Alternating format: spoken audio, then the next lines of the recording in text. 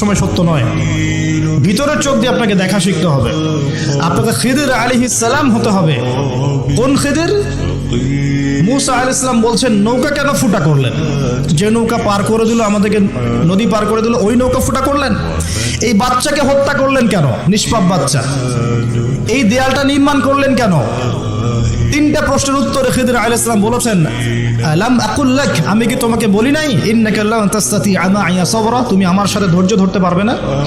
আমি নৌকা ফুটা করেছি এই কারণে, যদি নৌকা ফুটা না করতাম তাহলে এই নৌকা পরবর্তীতে হাইজ্যাক হয়ে যেত, কারণ ওই সমুদ্রে জলদস্যু ছিল, ভালো নৌকা হলে হাইজ্যাক করে ফেলতো, তাই ফুটা করে ফেলেছি।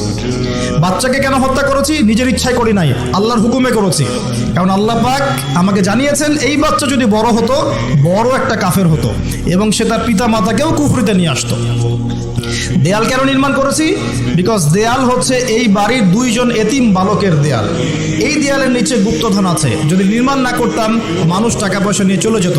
নির্মাণ করেছি, পরবর্তীতে যখন এটা বড় হবে এই গুপ্তধন তারা পাবে। এই তিনটা ঘটনায় কোথায় আছে? সূরা কাহফের মধ্যে। কোন সূরা? সূরা কাহফ। ওই সূরা যে সূরা আপনাকে দাজ্জালের ফিতনা থেকে বাঁচাবে, সূরা কাহফের মধ্যে ঘটনা আছে।